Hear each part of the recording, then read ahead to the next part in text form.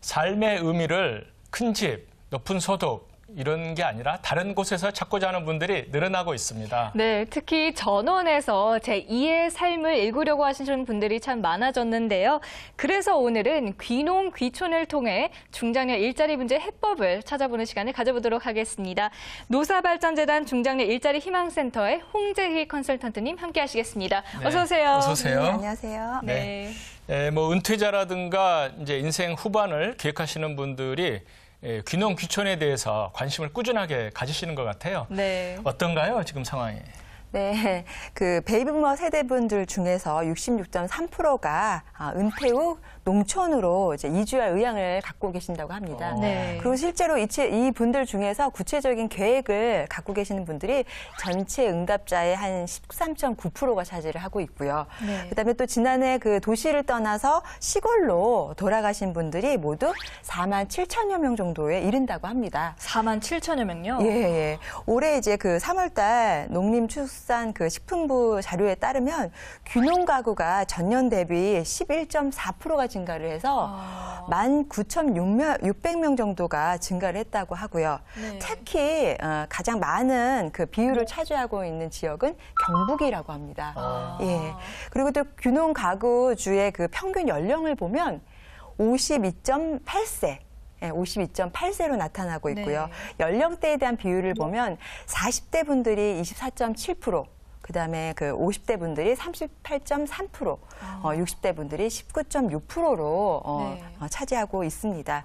그래서 그 베이비부머 세대 분들, 55년, 63년생의 분들이 이제 퇴직과 함께 그 과거에 이제 농업에 대한 어떤 경험을 갖고 계신 분들이 노후 생활을 시골에 가서 하고자 하시는 분들이 이제 많이 늘어났다. 네. 지속적으로 늘어날 것이라고 전망을 하고 있고요. 그다음에 또 그 연령대에 대한 이제 연령별 추이를 보면 30대의 또 이제 젊은 층 같은 경우에 귀농 비율이 상대적으로 또 높다고 합니다. 네, 제 주위에서도 좀 그런 친구들 많이 봤어요. 그러세요? 갑자기 귀농을 해서 예. 농사도 짓고. 그런 분들이 이제 일자리를 구하기보다는 오히려 20, 30대 분들 같은 경우에 있어서는 자신의 비전을 이제 그 특용 작물 재배를 통해서 꿈을 이제 실현하고자 네. 하시는 청년분들이 많이 그 늘어나고 있다고 보면 될 것 같고요. 50대 이후의 분들 같은 경우에는 이제 소일 개념의 어떤 귀농이라든지 귀촌에 대한 부분들을 생각을 하시는 것 같습니다. 네. 그다음에 이제 귀농 가구의 그 작물 재배에 대한 평균 면적 같은 경우에는 1,500평 정도가 된다고 합니다. 예.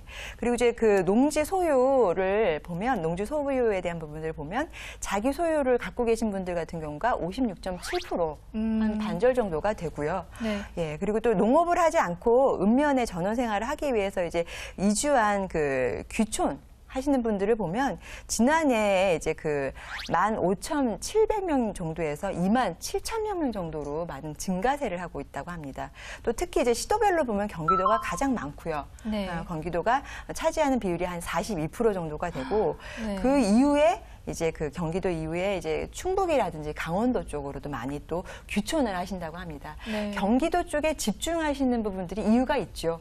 무슨 아무래도 이유인가요? 그 전원 생활을 하기 위한 어떤 여건들이 경기도 수도권 쪽이 좀 더 용이하기 때문에 좀 더 가깝다라는 네. 부분들이 있기 때문에 수도권 내 경기도 내에서의 어떤 귀촌에 대한 부분들도 많이 자리 잡고 있는 것 같습니다. 네. 이 장년층의 경우에는 이 소일거리를 찾는 정도라고 하셨는데 텃밭을 가꾸거나 뭐 이런 정도로 말씀하시는 건가요? 어떤가요? 그렇죠. 그 귀농, 귀촌 생활을 하다가 보면 자신의 어떤 그런 자연과 함께 건강을 또 챙길 수 있다라는 부분들에 대해서 큰 이점이 있고요. 네. 그 다음에 이제 그 소일 삼아서 텃밭을 가꾸는 어떤 즐거움들도 있고요.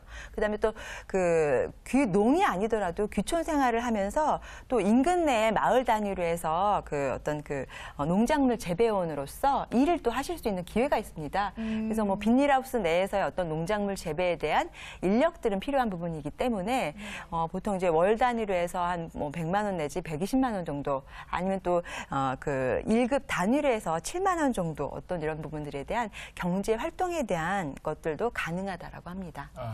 그러면 이 귀농에 성공하시는 분들은 어떤 요소들을 가지셨기에 성공을 하시는 건가요?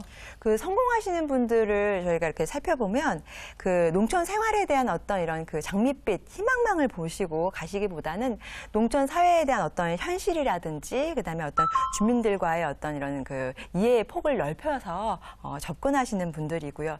제가 가깝게는 제 주변에 50대 초반이신 분이신데 앞으로 향후에 서울에서는 한 10년 정도 일을 하신다고 합니다. 그 이후에는 이제 그 아버님이 계시는 농촌에 가셔서 일을 하실 건데 그 이전 단계의 어떤 준비 과정이 주말마다 이분은 내려가셔서 어떤 작물 재배를 같이 하시는 거예요. 그래서 어떻게 보면 이제 연습 게임을 많이 가지신다라는 거 네. 그런 것들에 통해 가지고 향후에 어떤 닥쳐야 될 부분들에 대한 어떤 부담스러운 부분들을 많이 최소화하면서 준비해 나가시는 경우가 가장 또 바람직하지 않나라는 생각이 듭니다. 네.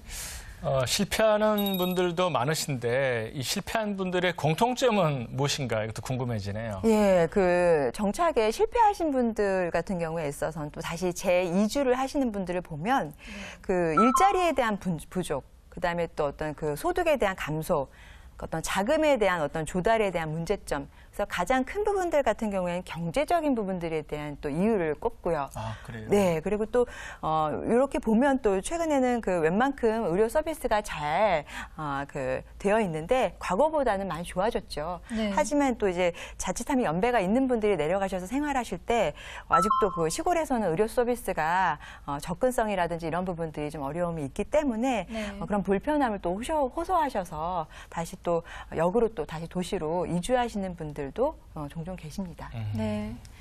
역시 귀농, 귀촌에도 정말 철저한 준비가 필요할 것 같습니다. 이 귀농을 준비할 때 단계별로 꼭 점검해야 할 것들이 있다면서요. 네. 그 귀농을 하시고자 하시는 분들이 처음 생각하시는 부분들이 정착지에 대한 부분들, 그다음에 또 토지를 어떻게 보면 농지를 매입하는 부분들을 가장 먼저 생각을 하시는데요. 그거는 나중의 문제입니다. 그런가요? 예.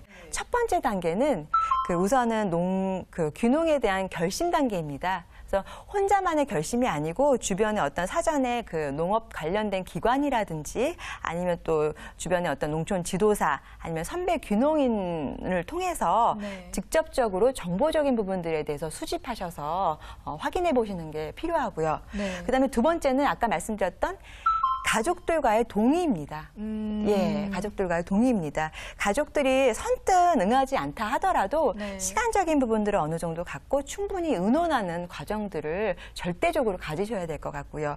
액션을 취하기 전에 동의를 먼저 구하라. 그럼요. 그렇지 네. 않으신 분들이 또 계시는데 나중에는 또 큰 문제가 될 수도 있습니다. 네. 그리고 이제 3단계 같은 경우에는 농작물, 장목에 대한 선택입니다.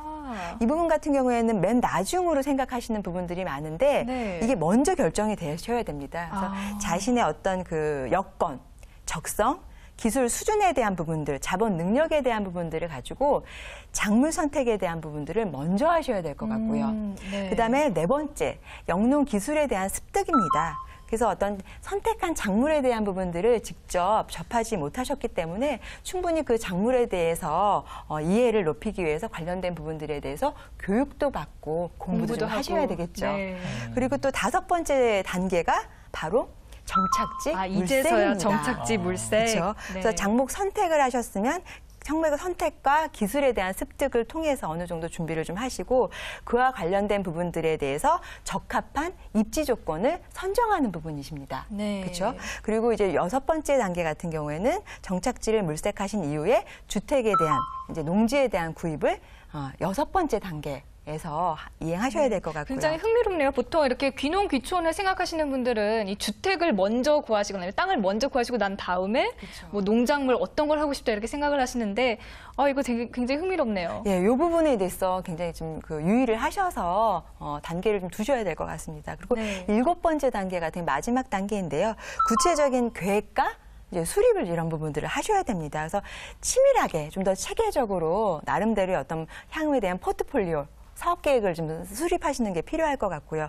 그다음에 이 농산물에 대한 부분들 같은 경우에 있어서는 씨를 뿌렸다고 해서 바로 몇 개월 이후에 수확하는 어떤 작물들도 있지만 실제적으로 길게는 4년, 5년을 내다보고 또 준비해야 될 부분들이 있기 때문에 네. 그런 점도 고려하셔서 준비를 하셔야 되겠죠. 네. 네. 요즘 뭐 인터넷에 귀농 귀촌 치면은 뭐 컨설팅 업체가 엄청나게 많습니다. 네. 그런데 우리 시청자분들이 믿고서 교육을 받거나 또 정보 여러 가지 도움을 받을 수 있는 곳이 있을 것 같은데 소개 부탁드릴게요. 굉장히 그 다양한 그 기관들이 있습니다. 정부기관, 공공, 그다음에 민간기관들이 있는데요. 먼저 정부기관은 농촌진흥청, 그다음에 시군 농업기술원, 그다음에 지방자치단체를 통해서 알아보실 수가 있고요. 네. 공공기관 같은 경우에 있어서는 농업인재개발원, 그다음에 이제 천암연암대학, 그다음에 농협중앙회 등을 보실 수 있습니다. 그리고 민간기관 같은 경우에는 전국 귀농운동본부라는 데가 있습니다. 네. 또한 이제 인드라망 그 생명공동체, 전국 농업기술자 협회 등을 참고하시면 될 것 같고요.